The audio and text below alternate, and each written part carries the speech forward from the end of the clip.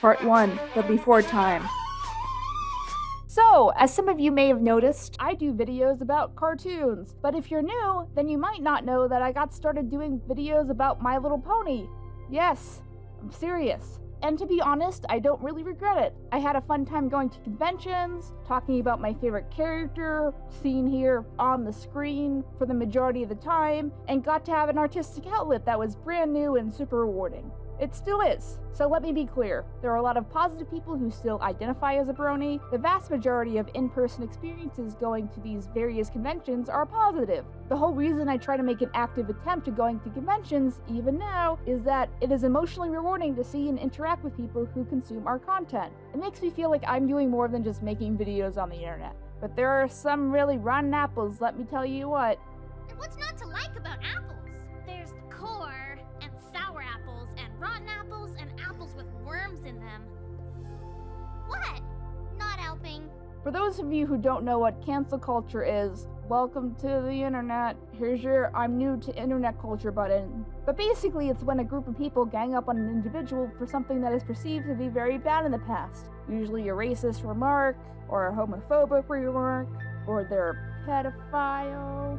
There can potentially be some good coming from this, when the actions of specific pedophiles are brought to the public attention, and potential victims are warned when past victims recover, but it is kind of morphed into bringing up people's mistakes from the past and shoving them in other people's faces in an effort to prove X person is bad and will always be bad forever and ever and ever and ever. Something I don't think a lot of people really realize is this stuff is not sourced a lot of the time. Anyone can open up Photoshop and make a comment that someone said that is a bad look. Remember in high school, or if you're still in high school, bless, when your teachers made you cite your sources on whatever 3-page research paper you're writing at the time to prove where you got your information? There's a reason why we do that, to stop and source back misinformation. And judging by all the fake news that there has been the last, 5 years or so, the internet in general doesn't do it that often. I think a good chunk of this comes down to many people using fandom and fandom culture as a way to escape and find new identity. We can hide behind a furry OC or a My Little Pony OC and meet new people, go to cons, and have a sense of escapism from a very tedious, sometimes broken life. In general, I do think fandom culture as a whole is great. It connects people, lets people be passionate about things that they resonate with, whether that be horse Jesus or regular Jesus, but it also exists in this sort of weird bubble where you can just kind of lose yourself in it. And that, children, brings us to the beginning of the worst summer of my life. Fasten your seatbelts. It's going to be a bumpy night. Some quick disclaimers before I move on. The first thing you might ask is, why now? And the answer to that question is complicated. I guess the short version is I finally feel I can comfortably talk about this in a bare bones way more confidently. In the past, I've talked about the situation that you're all about to hear about in passing, talked about the real life effects of it, talked about how it affected me because I feel like I had to for people who might be suffering like this and didn't have resources to help themselves. But never the details because I just assumed it would go away. Boy, was I wrong. Second, I'm going to name parties, but for the most part, this all happened a while ago. Everything I'm going to talk about for the most part is already public information, and part of the point of this story is to show you how negative harassment can be. So don't harass anyone listed or named here, please.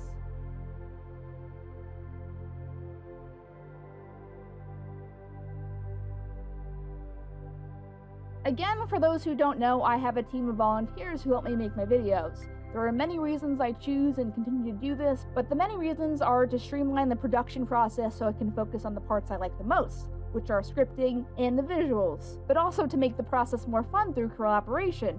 Of this video, technically the channel is still non-profit. We do monetize the videos now, but that's only to help with the YouTube algorithm, and the lifetime total so far is like $30. Look at me, I can buy a pizza. Coming up! My biggest fear is dividing pay and in turn not being around genuine people who really care about animation like I do. But let me make this clear, this is my decision. I understand if you might not agree with it, or you might think I'm stupid for not paying people and choosing not to gain money myself at this moment, but please respect my decision and don't assume that I'm just an idiot who doesn't know what I'm doing. One of my mistakes going into all this is not having a clear idea about what motivated the other party. Nowadays, it's mostly college students using their work to fill out some prerequisite for school, or to practice their skills before joining the workforce, as well as the community aspect I mentioned earlier. And back in the day, I wasn't so diligent about it. The funniest thing about all this is that these are people on the internet. I can't force them to do anything. And they are more than welcome to move on if there's some long-term commitment that's preventing them from working. Hence this. But this is a bad idea. But this is too demanding and a hot mess. You are more than welcome to leave. Do not pass go. Do not collect $200. You're done, sir. So this video is going to talk a lot about human psychology, which I'm sure you weren't expecting for in this. For my main response to just all of this in general, I'm going to source an article I found while researching this video called 5 Reasons Why It's Okay to Tell People Your Story of Abuse by Connie Baker, who is a professional psychologist and mostly specializes in church and religious themed abuse. So, there's some tying themes here. It's okay to tell your story because it shines a light into dark places, creates healthier communities, and empowers others to break the silence. There's an enforced silence surrounding abuse, which not only harms our communities, but also additional abuse victims. And pressuring victims to stay silent, or to tell their story in a certain way or at a certain time, that sounds familiar, we re-traumatize them and add to their shame and pain. When someone is abused, their power to speak is taken away by an abuser. So if survivors are not allowed to determine when and how they tell their stories, we again empower the perpetrator and disempower the victim. And we breed toxicity and deception in our churches and communities, which hurts everyone. Breaking the silence is a threat to the status quo and also a threat to abusers. Victims of abuse are often threatened with horrible things if they talk about what's happened to them. Exposing the truth is a declaration of freedom and empowerment for survivors, and both are essential steps towards healing. It's okay to tell your story to bring awareness that abuse is a serious problem in our churches and society, or in this case our fandoms, and to promote understanding of the different types of abuse. When we refuse to see the abuse epidemic in our society, we enable abusers and bolster abusive systems. In telling the truth about what we're facing, we refuse to allow people and communities to live in denial. Abuse flourishes where people, families, workplaces, and religious institutions minimize abuse and make excuses instead of changes. When we don't speak up, it becomes easier for others to deny that there's a problem. When we do, we force people to confront hard truths. Oppression is undermined when we clearly name abuse, expose oppressors, and take action. Change begins with acknowledgement. I also wanted to discuss this now so we can prevent situations like this. With the rise of internet and cancel culture, it's important to have credible sources for whatever you're consuming. And now all this stuff with Facebook, I think people really need to consider where they're getting their news sources from. The other thing is that if you're slandered and your credibility is tainted, then you need sources to back everything up, or else people will just think you're lying. I'm sure there's tons of people who would like to believe that I'm just making up this whole story just so I'm not the bad guy, but I have sources, I have people, I have quotes. This is an important part of understanding this incident. Part 2, the Anon Twitter, aka you were wrong about some facts. Now that you have that background, this big 2016 incident begins with the release of our big group project, A Different Perspective.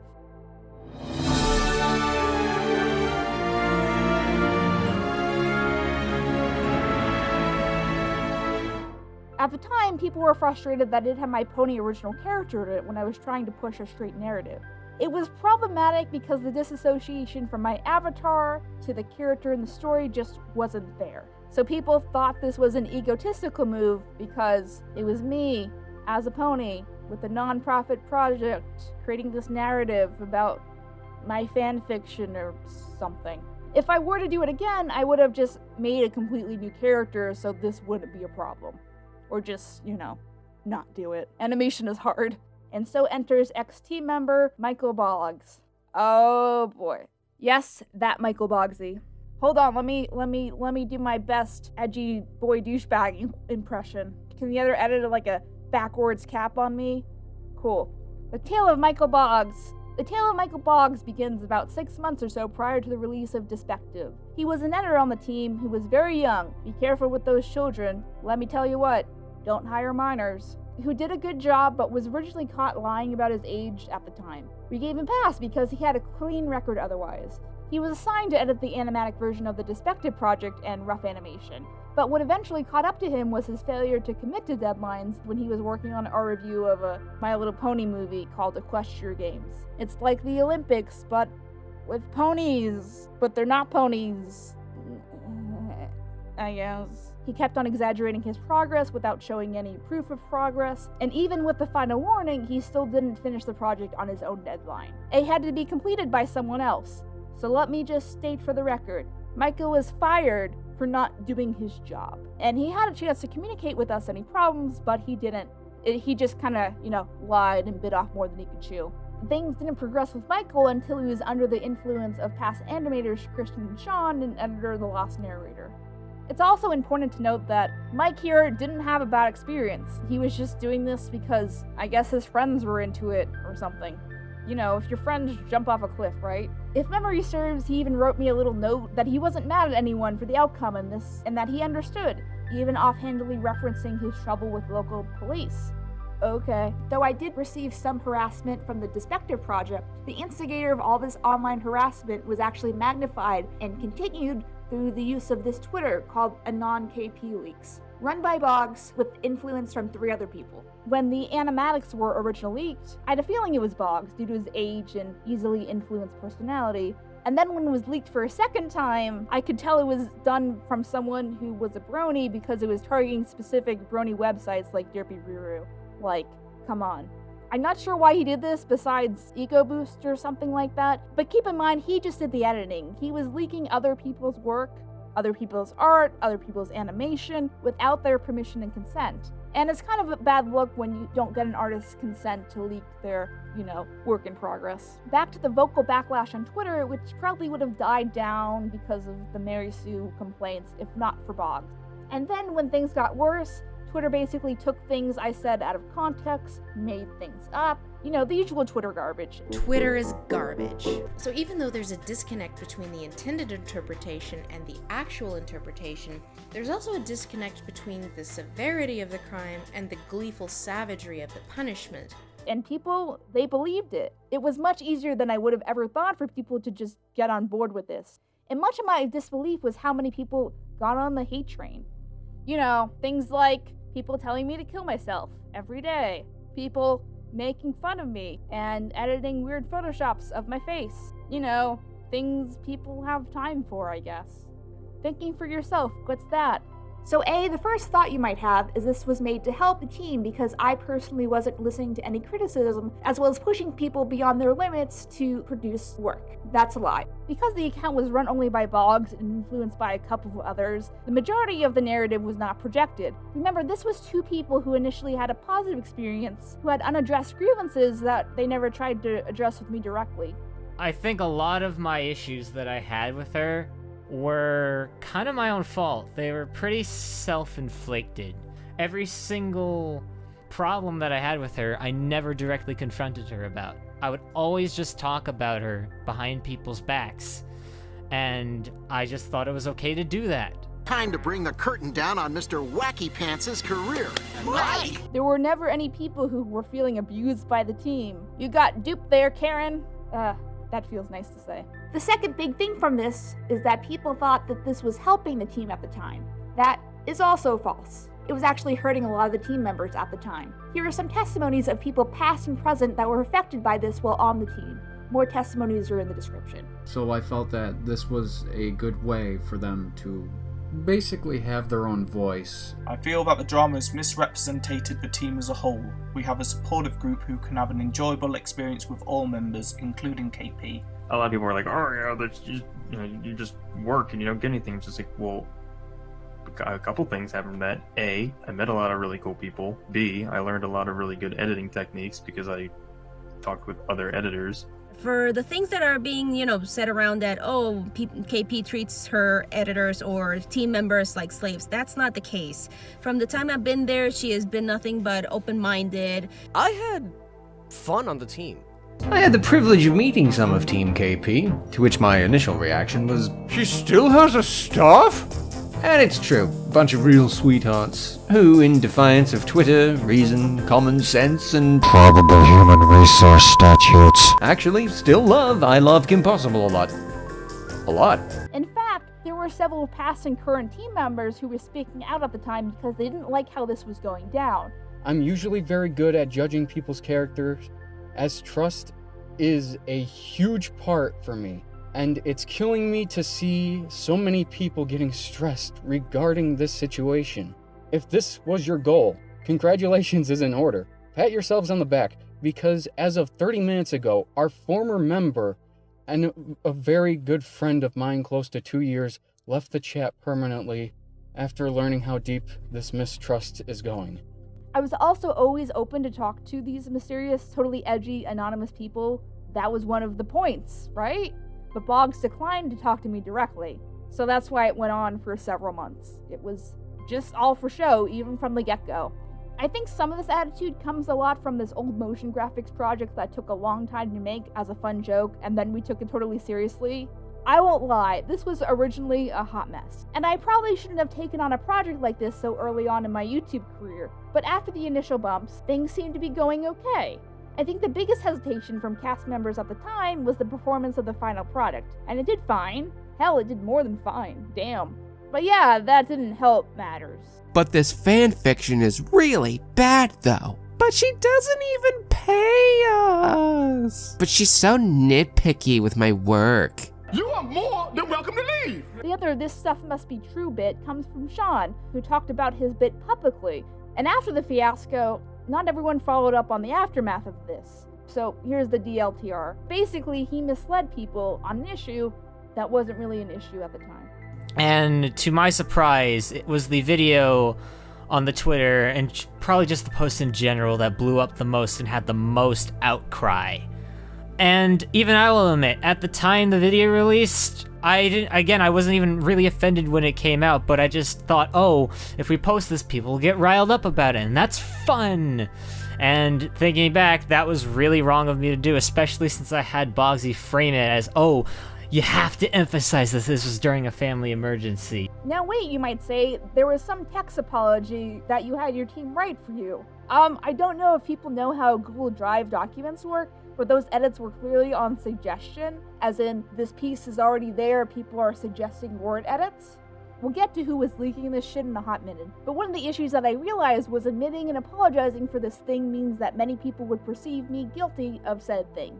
This is a general thing that happens a lot in YouTube culture, where people will apologize for things that, they may or may not have done wrong, but it doesn't matter because the general public will perceive that they did the bad thing, or else why would they be apologizing for it? I sure learned my lesson, let me tell you. Twitter always has a villain of the day. To a certain extent, the villain of the day almost follows a script. Person says dumb thing, it gets some attention, person gets defensive, the defensiveness spurns outrage, people start coming out with receipts, the OP deletes their account. And Twitter is garbage because the user experience is designed to encourage this kind of behavior. I also have a tendency to give people too much of the benefit of the doubt, but, The other problem with the apology is that it confirmed any rumor that people might have read about me. Any, even the ones that were crazy. And it definitely affirmed that I was responsible for abusing multiple people and fans to do my bidding. When the reality of the situation is that it was 4 people behind the Twitter, and 2 of them had a positive experience. And the other 2 had experiences and issues that they never addressed to me directly. There are no mistreated team people. They just don't exist. It's fiction. We made it up. We made this one up. It's a made-up tale. It's a total fabrication. It never happened. I think it's important to remember, too, that there is a big difference between getting canceled and just getting harassed off the internet. To be honest, I think the term getting canceled is thrown around a little bit too much. That's not canceled! That's the law!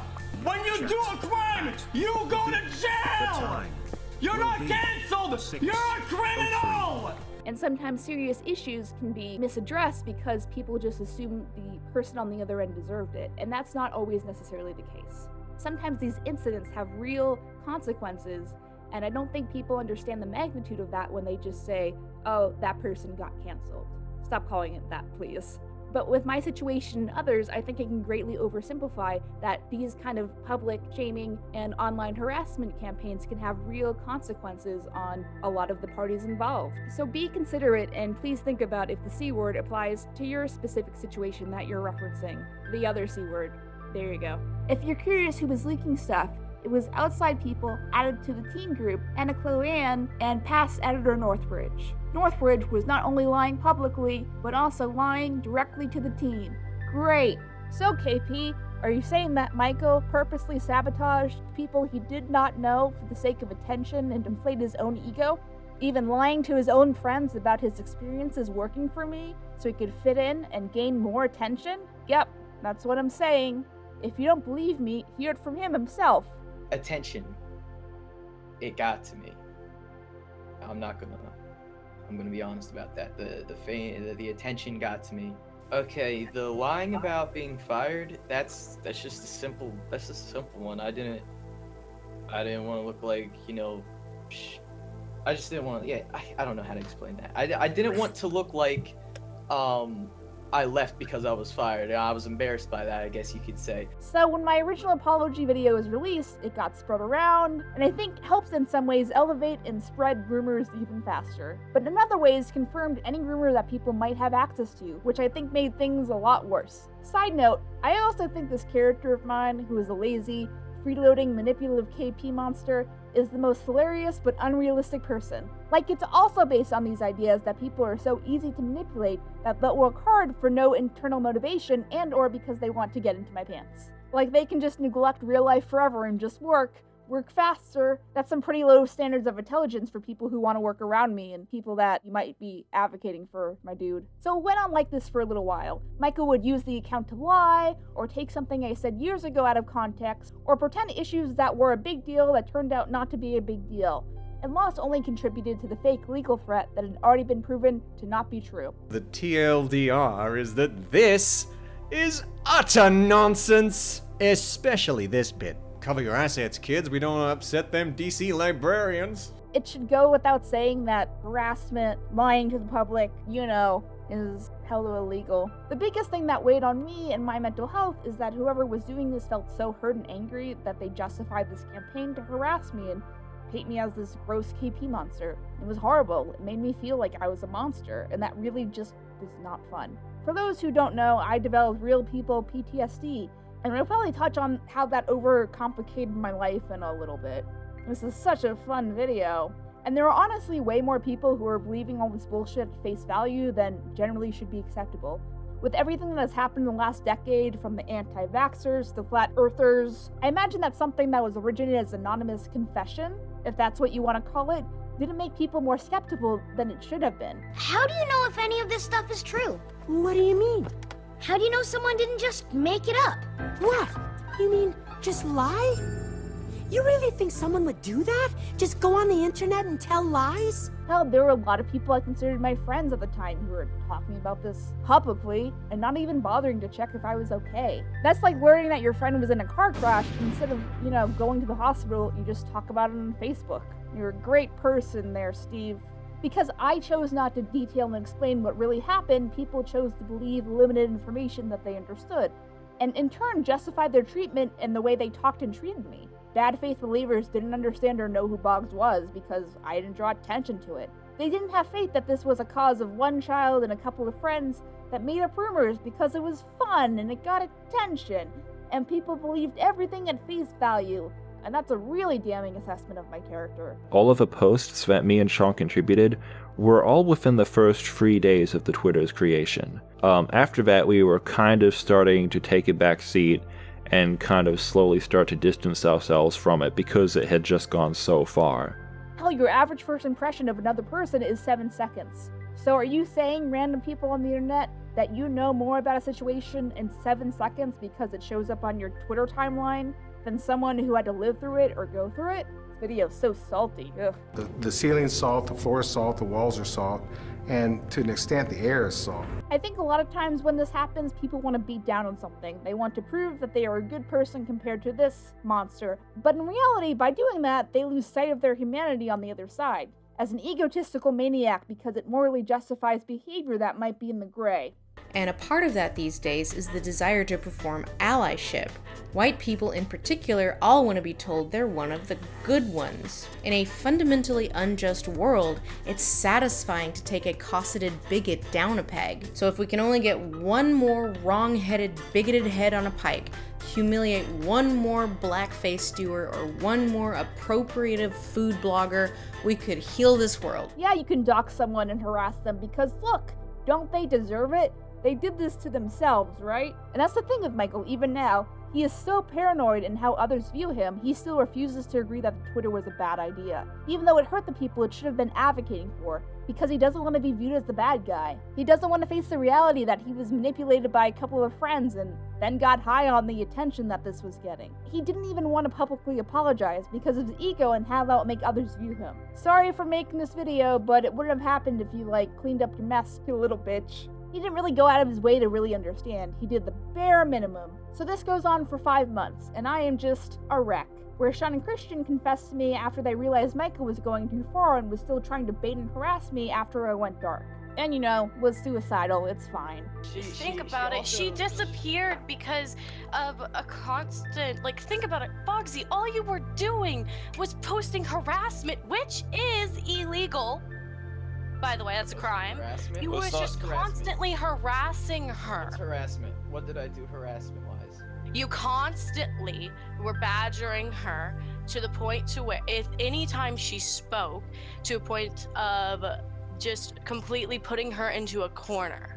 And good old Mike was more hurt that his friends ratted him out than, his actual actions.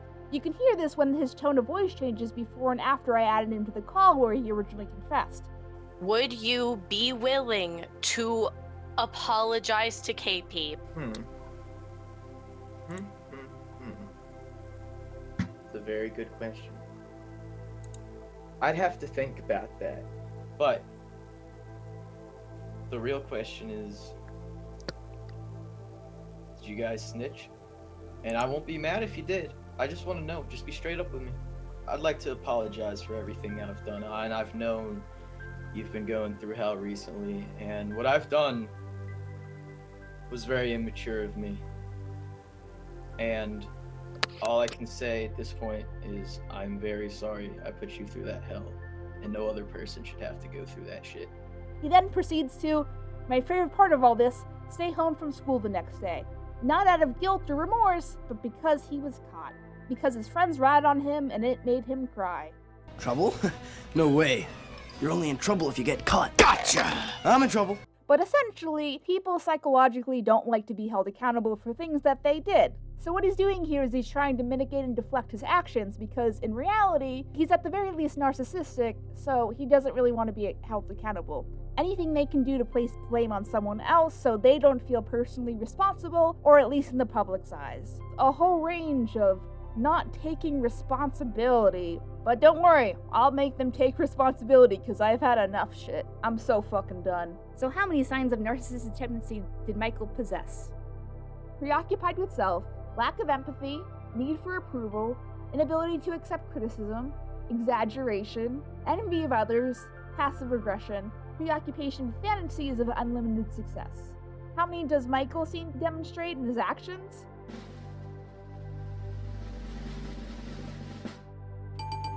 Look at that! All of them! Keep in mind that I'm not a professional, and even if these traits apply, they don't excuse his actions.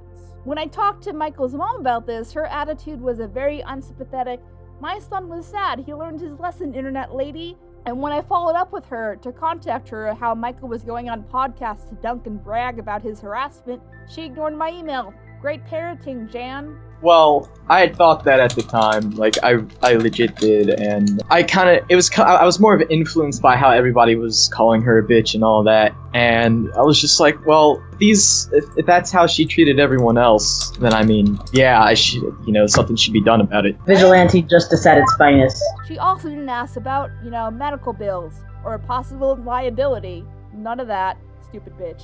Then came the apologies from most parties that should have been a bigger deal, but some of the general consensus was basically, oh, the drama was gone on for too long, just make it end, so people, I think, tuned out at that point. As far as loss, from my guess, didn't want to face accountability for her actions, Remember what I said, that broken people are attracted to fandoms a lot of the time? This is a general thing.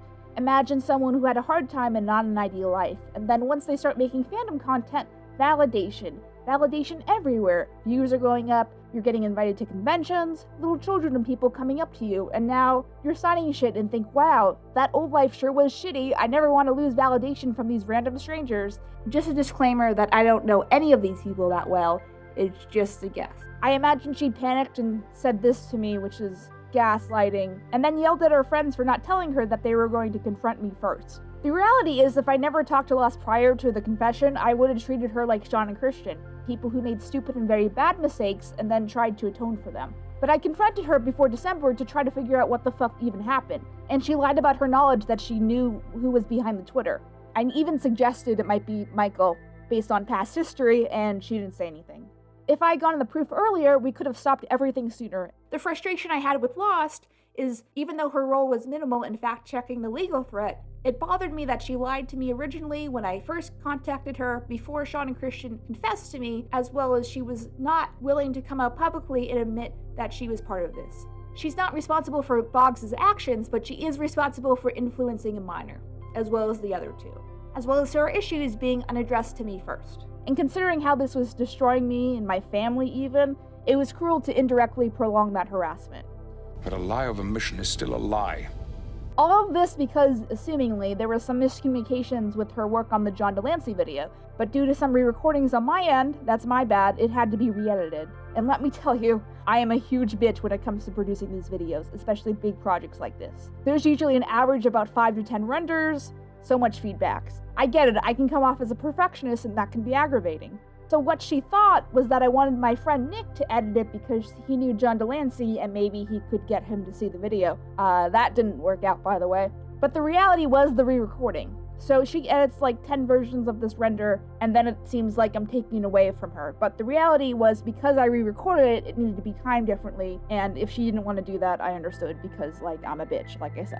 So she bowed out from not editing the thing, someone else stepped in, I credited them both, we move on. That's why Nick wasn't credited in the final project, by the way. He never actually, did anything on it. In that situation, though, like, phone someone for help, talk to me about a solution. There are a million other ways to handle this. So the thing that really kills me about all of this is that Mikaila and Lost were more worried about their perception and how their peers viewed them than, coming clean, as they, didn't come clean. I had to be told about their actions from another person. Even when things were hitting the fan, Lost tried to beg people not to mention her publicly because she didn't want to take responsibility, because people might judge her based on her actions. First of all, what about me? I've been going through 6 months of total horseshit, people telling me to kill myself every day, and you can't take accountability for doing the bad thing that caused that? You delayed telling me critical information that would have stopped this sooner, and why? Because you didn't want to get publicly outed? It seems like your reputation in the My Little Pony fandom was more important than other people's well-being. Again, it's all about the psychology of you don't want to see yourself as the bad guy, as well as, my brand, I can't let these people know that I did a bad thing. Even though you did the bad thing, Jan.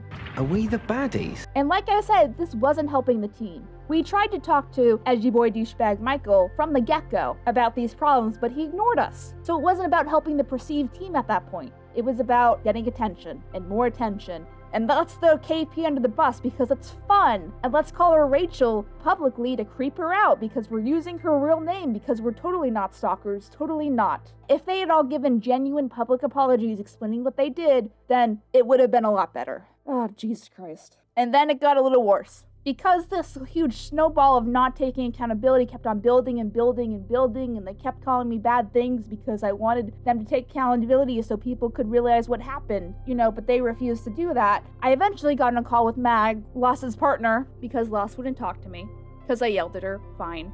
And what I learned is that call was recorded without my consent or knowledge and was potentially going to be leaked public if I were to lie about what happened in the call. And that's just villainizing me, because it's assuming I'm gonna lie, and, as a victim of all this stuff, that's just bad faith, guys, really. It's also morally wrong to record someone without their consent or knowledge. Just because it's on a state-by-state basis doesn't mean you're morally in the right just because it's technically not illegal. What are we, children? Loss's apology was nice, but this would have been much better, when this issue happened and not and the threat of going public, and the threat of correcting the narrative before I correct my own narrative or whatever. The highlights are here. In your confusion, I don't want you to make a poor decision. That will only make things worse. So in saying that I'm confused, it's a statement that I don't have a good grasp of reality and I'm doing something bad. Like, all victims just don't have a good grasp of reality and they might do something irrational because they're just so hurt by their pain, and that's really undermining to what the victim is potentially saying, and also really hurtful. Like, oh, all victims just don't know what they're talking about and they're just confused and they might just do something irrational, and it's just so disgusting. Like, why would you say that? Why would you assume that someone is potentially distorting facts because they were traumatized? Like, that's undermining what the person went through in their own trauma. The fandom will move on when you do. I think everyone at this point just wants this to go away. Again, this is minimizing trauma and assuming that everyone will move on because I'm purposely holding on to this trauma and, I just don't want to let it go because I have a need for revenge or something like that. And trauma doesn't work that way. I'm sorry. I don't know where you heard that from, but, people don't choose to hold on to their trauma purposely. Victims usually seek validation and justice in order to heal, and that's not them holding on to their trauma purposely. That's because they want to try to heal. So this is potentially undermining what I went through and what a potential victim might go through if they're traumatized. Naming names is trying to get retribution for what happened by besmirching someone else. No, Jan, that's not how naming victims works. Like, have you seen any of the Harvey Weinstein stuff? Like, it's okay to have thoughts and feelings that you don't understand. Again, this is undermining my point of view and assuming that I'm just confused because I'm traumatized and I don't have a clear perception of reality, and, I'm just doing things irrationally because I'm just trying to heal, and, like, it's undermining of my point of view. Do you understand that by your definition of running away, it sounds like you just want revenge? So justice, like we'll talk about later, but just because a victim wants justice in a specific situation, or at least clarity for the PR mess that someone else caused, does not mean revenge. Oh god, that's such a bad read. Did the Cosby victims wanting Cosby to go to jail, did they just want revenge even though some of them settled out of court? Like, that's not... People want justice because it's a part of the healing process. Oh god. Getting closure is not necessarily the same thing as calling someone out by name. So victims generally want justice, and that's not the same thing as closure. And that's not the same thing as revenge either. It's frustrating because, like, you shouldn't assume that you know how someone suffers because potentially you've suffered as well. And by assuming that people are just holding on to their trauma because they want to, or because they need to in order to feel validated, or because they're doing it by choice, is just really insulting, again, to how people process their own trauma. Ugh. I only found out that this call was recorded by a leaked chat.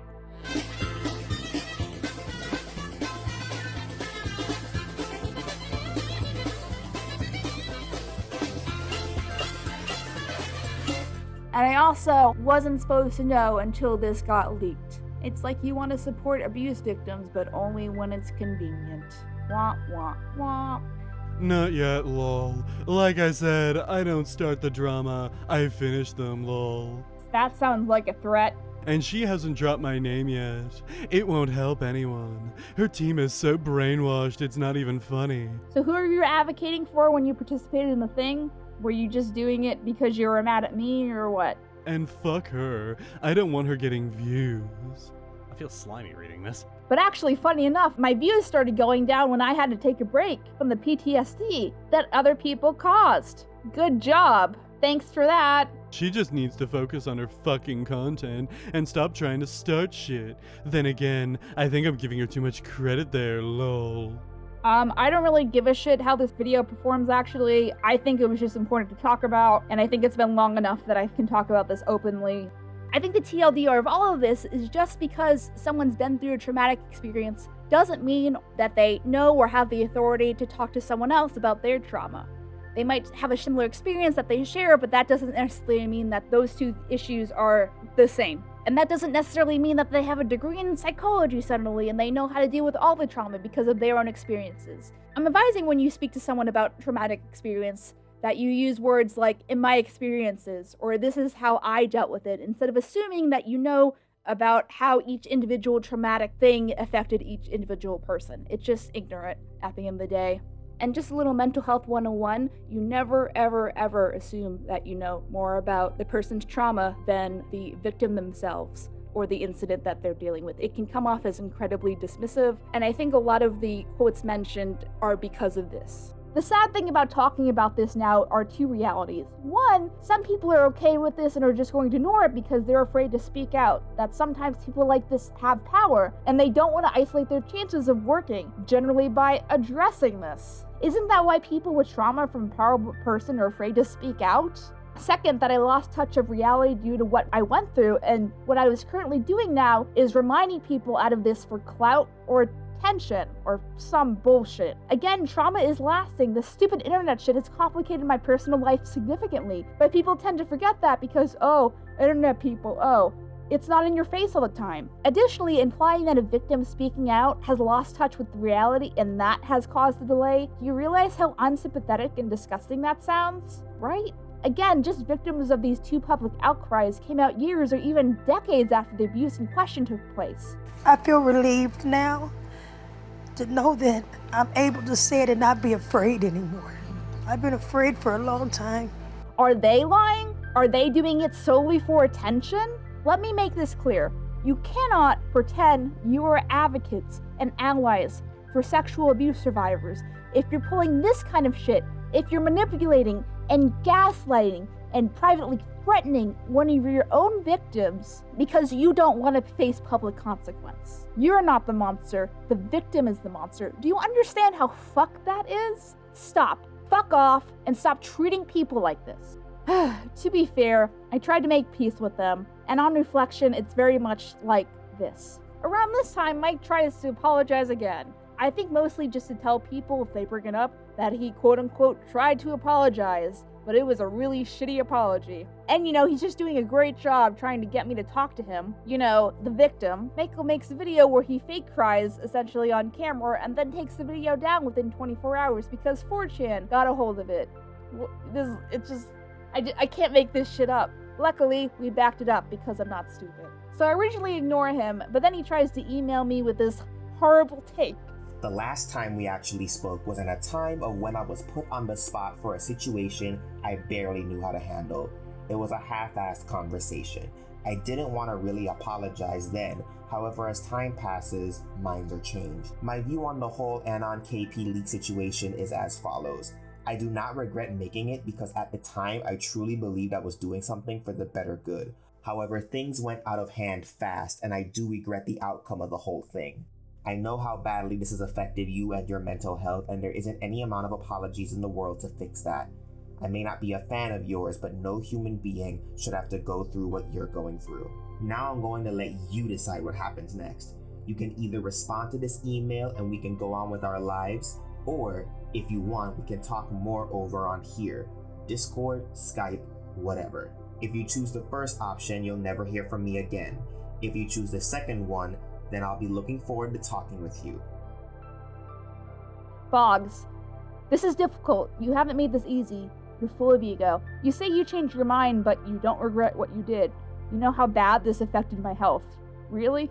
I sometimes don't express myself well, but you assumed things about me that weren't true and lied to people to inflate the drama all while I was unable to respond. You used your power to crush me, and it hurt a lot. And you don't regret doing what you did. What exactly do you want from me? But then you say you don't regret the outcome. What, you got caught? So what, you'll be more careful next time? There'll be a next time? What direction were you expecting it to go? You say you know how badly this affected me. Would you like to speak to my parents to find out if that's true? I'll arrange this if you're serious. Nice to know that you're not a fan. The king descends from his throne to speak his lonely rabble. No poor peasant should suffer so. Thanks. You want to talk to me as though we're equals? You're a proven liar, mudracker, and gossip. How can I ever trust you, even with these little things like a private conversation? Practically no one I know wants me to ever have anything to do with you. Your actions have cost my family thousands of dollars in therapy bills, and now I have a disability. Never hearing from you again would be an easy blessing. You want peace?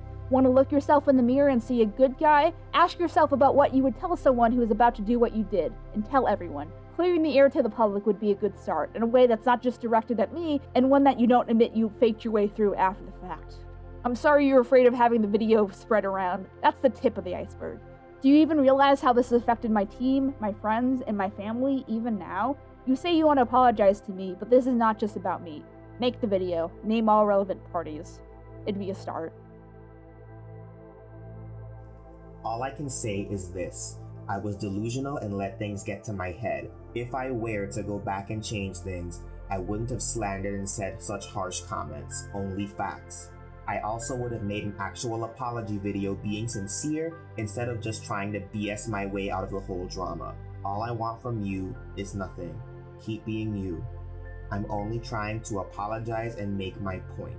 I've been over this drama, and anything else drama related to you for over a year and a half now. It's not worth my time. I'm also not here to sugarcoat anything. I'm not going to pretend I'm someone wanting to be friends. I do, however, feel it's necessary to be mature and that we both act like adults to each other. Want to look yourself in the mirror and see a good guy? This really stuck to me for a good while, you know?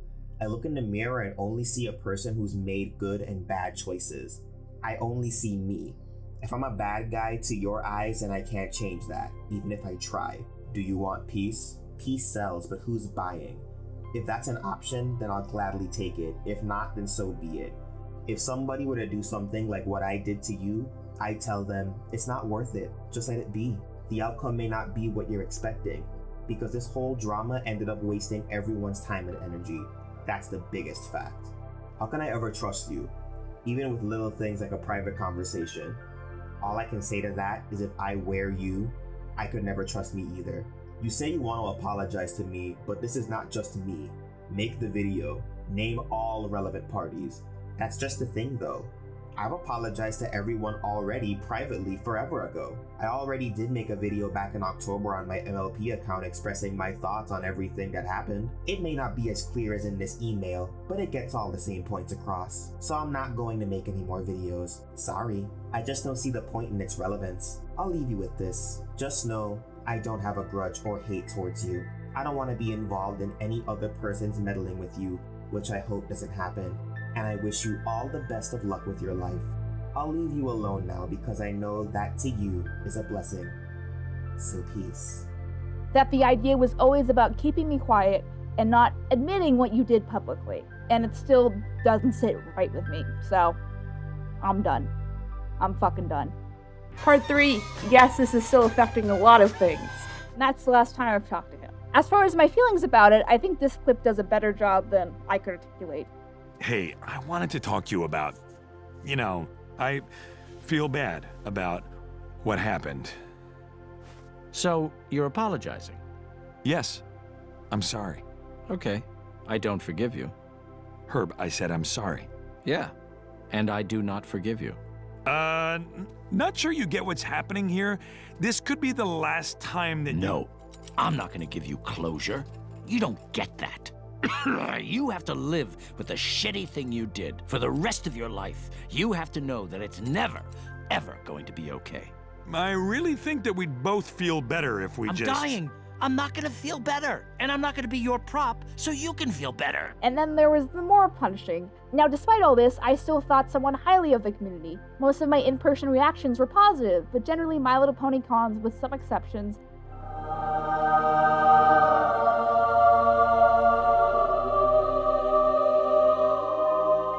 were letting this bullshit influence their opinions about me.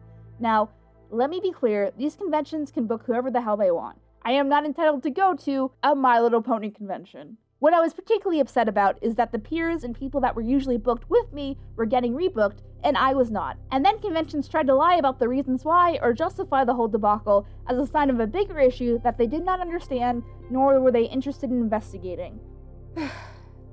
Like, this could have been all solved with some direct conversation about a problem in question. We heard you were killing puppies. Are you killing puppies? No. Here's the proof, convention person. Oh, okay, great.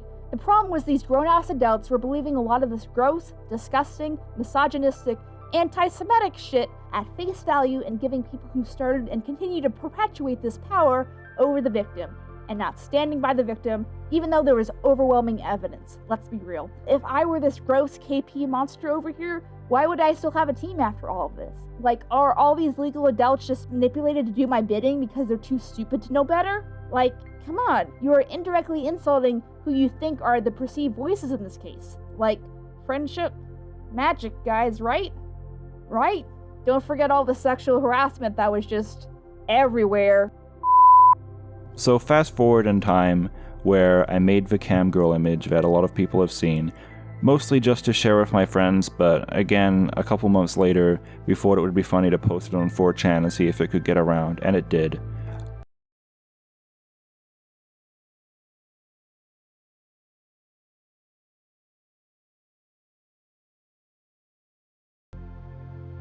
Now fast forward a year when I'm trying to do conventions again, and for one specific convention I was posting publicly about splitting a table at a convention gone wrong. For the record, the reason why I prefer to split tables when I travel to in-person conventions fall under practical reasons.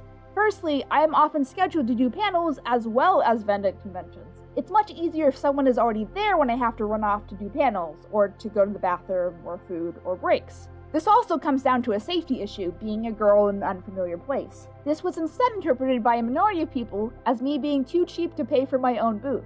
And look at the cheap Jew who doesn't want to pay for things, ha ha ha ha ha, by people who were convention staff, might I add. We'd still have to pay him, though. Yeah. Pay him an exposure. Like he needs it. Can we get new staff up here, man? I also never said I wasn't willing to not pay for splitting table costs, by the way. It was solely for the reasons I just mentioned like a second ago. When I was on site for a convention I'll just not name right now, there was a miscommunication and I ended up talking to one of the angry Twitter people who was also salty that she did thumbnail art for me one time, probably assuming that we do make money and I was just too cheap to actually commission her or something. Also this. But she wants me to draw her OC for her for free? You are more but she doesn't even... than welcome. But she wants me to draw... As I said, I'm not somebody who I feel works better in group projects, but I do feel I'm somebody who prefers having structure given to me as rather than trying to build structure on my own, which I can do, but I find it quite difficult. And I think group projects like this does offer that opportunity. It gives you that structure to work within. And I think the fact that people will say, well, no, you can only do things if you're getting paid for it. It cuts you off from a lot of resources that could benefit you in ways. And I think turning away from that just because there is no payment in it, I feel it's this mentality of you can only write something if you're going to write the next best-selling novel. You can't write something just to practice. It's the same mentality.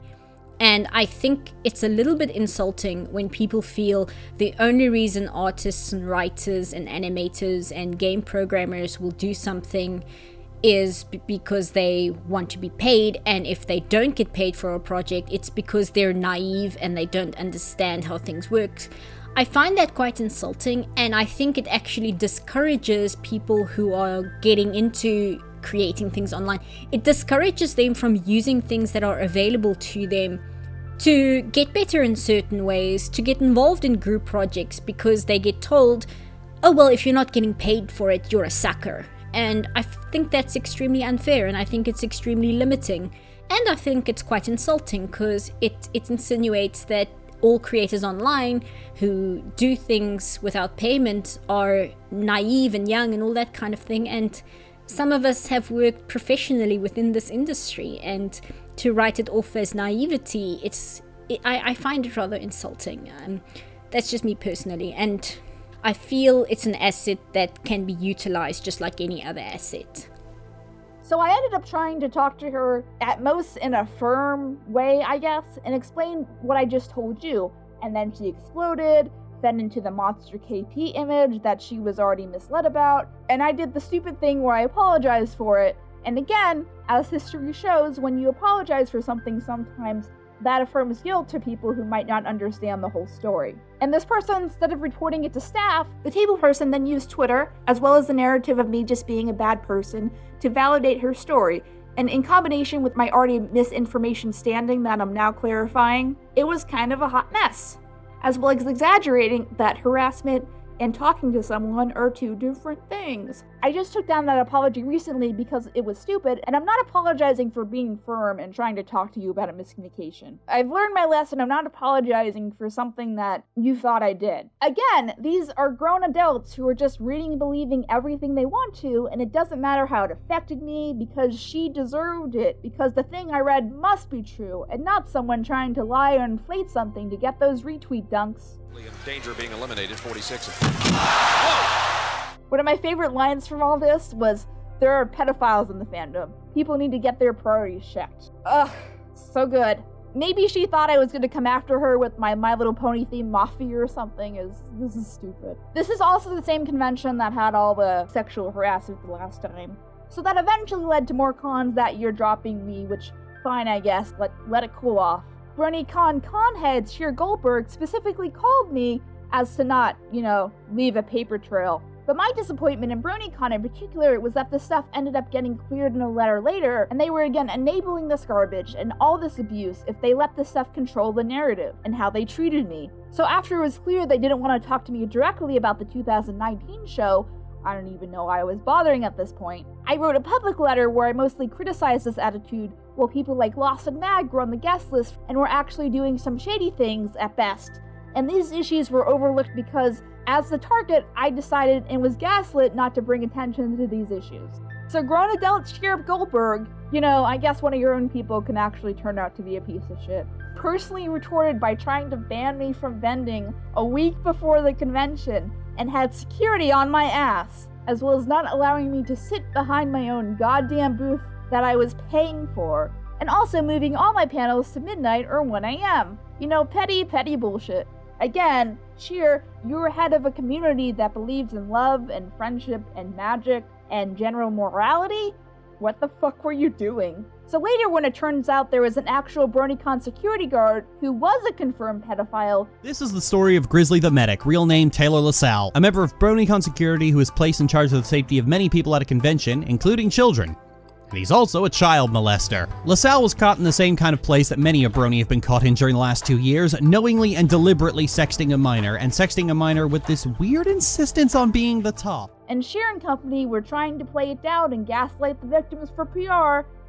Hi, Emmy. I'm Sheer, the former BronyCon chair. You've mentioned some things that implied you were one of the people hurt by Grizzly. If that's true, and you'd like to talk to me about it, please let me know. I apologize for not reaching out sooner to ask. I only saw your tweets today. I know, and understand the frustration. It's scary and easy to think the worst when an organization stays silent. When something happens where the privacy and safety of victims are at risk, our policy is not to make a public statement about it, and instead reach out privately to those affected. Our intent is to prevent anyone who is already hurt additional distress by giving the incident as little airtime as possible and putting their confidentiality and safety first. I know in this situation, this policy is tougher to understand. So much of this is public that you've probably, unfortunately, gotten used to the stress of having things open to public comment. However, BronyCon's reach is very broad, and making a statement would bring much more intense scrutiny on you than would otherwise occur. Many people who follow BronyCon's social media aren't aware of what's happening, and the quickest way to increase the reach and likelihood of another bad actor seeing this information would be to make a statement. A lot of sensitive information about you and others is out there, and we'd like to do what we can to make sure it doesn't get into the wrong hands or make things worse for any of you. At this point, we have additional concerns that making a public statement would come across as trying to win back goodwill rather than out of sincerity. If people choose to believe that this is part of a cover-up, that's their prerogative. Right now, we want to focus on providing support to you and getting the appropriate action taken against Grizzly. Man, that was some delicious, delicious irony. You can't ask for anything better than that. Yeah, it's like poetry, so if they rhyme, every stanza kind of rhymes with the last one. To be fair, there might have been some legal reason why they chose to do this, but still it wasn't a good move. I wouldn't trust anyone who tries to belittle the psychological effects sexual harassment and abuse has on children with a 10-foot pole. And they sure as hell shouldn't be allowed to plan public events. Imagine if this happened at an elementary school or something. It would be a nightmare. How dare you ruin the reputation of my adult My Little Pony convention, you survivor of sexual harassment. As Purple Tinker, the original founder of BronyCon, said a few weeks ago, it's all about PR. It's not about right and wrong. It's not about protecting innocent people from those who would do them harm. It's just about don't cause drama and don't rock the boat and don't be bad PR. And it's always been like that. It talks a good talk about love and tolerance, but uses that to shut down anyone who brings up real problems. It labels the discussion of serious problems as drama. This is a fandom where if you're being abused, you're expected to be silent, or else you're just causing more drama. If someone else gets angry about having been abused, they're seen as the problem because you aren't allowed to get angry here even if you're being horribly mistreated. And don't forget about the body pillows. Some more body pillows. Oh look! A body pillow. Here's perhaps the largest selection of body pillows. Here are some more body pillows. Fun fact, I actually asked Jenny about doing the Anastasia video a little bit ago, but then I chickened out when following up about it because I didn't want to seem like I wasn't authentic and just using people for collabs. But we still have this Jenny Dawn Blue style art, and please enjoy it with your eyeballs. Part 4, bonus round. Even more harassment. Yay! So I thought this was going to be the end of the video, but I got a fun note essentially. So I skimmed the one that was most aggressive, I guess. So anything I feel like hasn't been covered in this main video, I'm just going to go through and debunk here. The problem about the recording is the recording shouldn't exist at all. It is illegal because just because it's not illegal in your state doesn't mean it's not illegal in my state. And in my state, in California, guess what? You need two-party consent. So yeah, that makes it illegal. Keeping in mind that recording someone without their consent varies state by state legal-wise, there is something called the Federal Wiretap Act. It is illegal for any person to secretly record an oral, telephonic, or electronic communication that other parties of the communication expect to be private. Because this conversation was recorded in 3 different states, it also might fall into federal law. For those non-Americans, federal law is the US country's law comparatively to state laws which vary state by state, and federal law overpowers state law. There you go, you don't have to see Hamilton now. Criminal consequences can include being in jail for up to 5 years, or a fine of $500, or both. But regardless if it's illegal or not, it's still unethical to record someone without their consent or knowledge. If you really wanted to record that call, you should have asked beforehand, and you should have also made it clear that that was your intention. If I would have known this call was going to be recorded, then I would have never agreed to it. And again, the fact that you think I might lie is just kind of just being overly aggressive about the situation. Like, I went into the call wanting closure. Obviously, that whole call was a mistake because there was a lot of gross things that were said in the call, and I regret the whole thing. I regret even wanting it.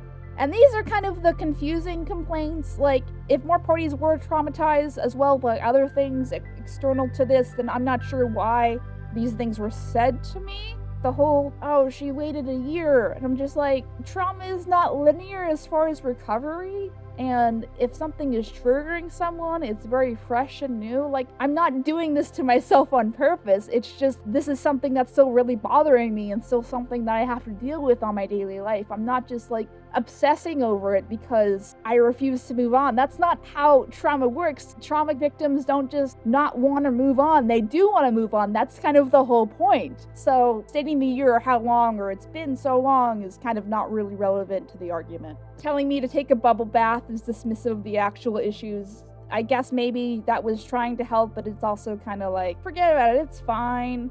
Just go distract yourself. Telling someone to distract themselves from issues is dismissive of the actual issues, I feel. I'll give credit where it's due, sure. Like, I also said Loss's role was not minimal. I know it was minimal, and I know she tried to rein Boggsy in. And though I appreciate Loss's public and private apologies, the fact of the matter is she's apologizing publicly now. Something she should have done years ago, and something she should have taken responsibility years ago for publicly, because again, all this stuff was public, and that kind of still bothers me. I also never discussed that Loss's role was not minimal. She just denied crucial information, and that takes up a good chunk of this retort thing. And I think the not naming thing is a silly excuse. I wasn't not named at all. This affects multiple people, not counting outside views of specific people, as well as I wanted authority over my story. This happened to me, right? And again, this was all public stuff. Like, the fake Twitter threats were public, Michael's doxing was public, the Twitter itself was public. I get trying to solve things in a private environment, but this was not a private thing that happened. This was a public thing that people still use to judge me and discriminate me and be cruel to me. So I thought, and I still think, that public apologies and clearing up something you had a public hand in is fair. I'm not trying to be overly mean here. Clean up your mess. Like, this was a public thing. And again, if I had known Lost was involved in the Twitter when I contacted her to begin with, I never would have talked to her. That would have been deeply upsetting. Like, the whole reason I tried to talk to her was because in public she was being calm and trying to be controlling and trying to be like, oh, I don't hate you. I'm like, oh, maybe someone can understand what the fuck is happening, because I don't understand what the fuck is happening, because these were not based on lots of issues. These were based on a couple issues that were not talked about to me directly and then made into a public thing. So my confusion is, why were people trying to talk to me about this beforehand? And like I said, I feel like she needed closure on her time on the team, and she needed some understanding as far as like the John Delancey video. Yeah, I get that. That's fine. But like, talk to me about that first. There seems to be like a conflict of interest here. Lost never knew I was suicidal. I can prove that. Here's an audio clip of Mike saying I was suicidal. I know you've been like on suicide watch and shit like that. I know you've been depressed. I know you're fucking worried out your goddamn mind. How would have you gotten that information? One of the only people I told. And I knew Michael was behind the Twitter. Like, I had a sneaking suspicion. Obviously, if I knew and I had proof, I would have stopped it myself, right? Nothing was confirmed, and there was no means for me to stop it. And I think people, even in the comments and stuff, were like, I think this is Boggs. And Boggs was like, I don't know who that Michael is. So there was no way to really stop it until we had confirmation it was him. So the thing that I needed was the confirmation, and my suspicions confirmed and proved. My original reasoning for that call, again, was to get peace, but also accountability. I appreciated that, it was stated that lying was wrong and all that stuff. But what also really upset me was the lack of accountability for the whole thing from the beginning, and her reasoning. Not trying to justify her bad choices is what re-triggered me and what got me really upset. It's also kind of deflection. This is about other people that I did not have any control over. I did not tell them to do anything. If you have issues with them, please talk to them directly. I have no control over other people. So my sourcing and testimony for this incident is in the description. Just a heads up that my source has requested to remain anonymous, and I personally wasn't there for this. So please remember that. That is why I use the word allegedly. Allegedly, for those who don't know, means it might not be true or not. And the reason I'm even mentioning this is because there are several times where the wrong thing is said, and just like, it should be my choice as far as how this is told and who is responsible and all that fun stuff. So the fact that it's even being said that like people don't like you and you don't want to deal with that, it more should be rephrased as, I know there's people that don't like you, KP, that I know that will be upset if you come forward with this. So let me talk to them. Let's try to figure out why they don't like you. Have they ever had any interaction with me? Could these be something that can be resolved? Is it because of the Boggs stuff in the first place that they don't like me? That stuff can be diffused. That shouldn't be used as a reason to distort my narrative. And I get the concern, but the right response should have been like, let's talk to those people first, or let's figure out what those problems are, if they can be solved. But those shouldn't be a deterrent for how I want to talk about what I want to talk about.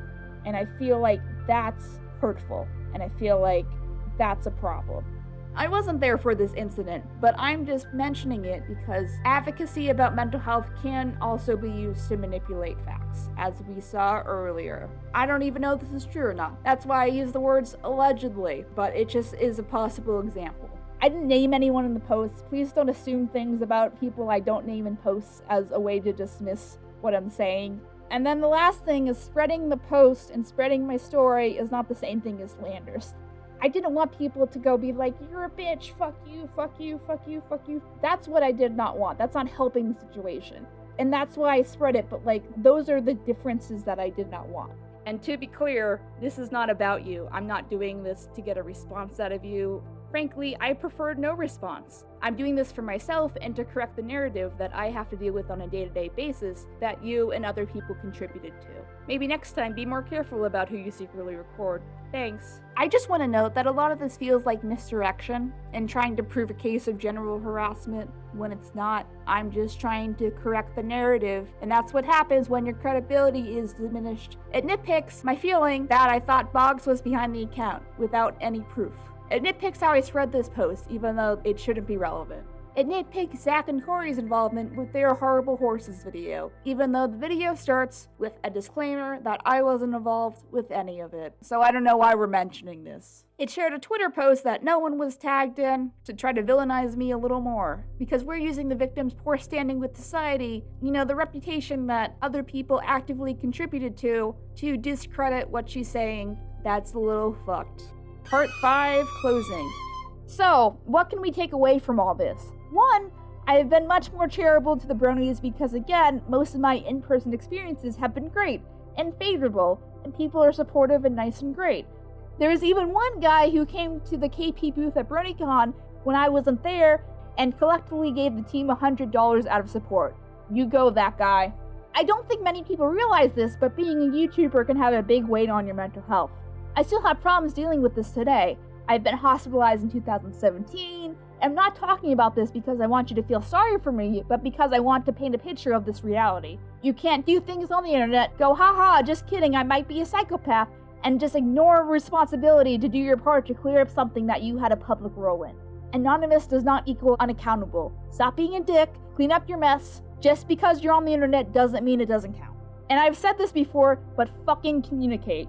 When doing anything on the internet, and hopefully COVID has enforced this, but this could have been avoided and many people could have avoided getting hurt if this didn't turn into a bunch of teenage girls gossiping like it's fucking high school. It helps ensure your friendships are genuine if you can have your boundaries respected, understand intentions, and help your friends when they clearly ask for help.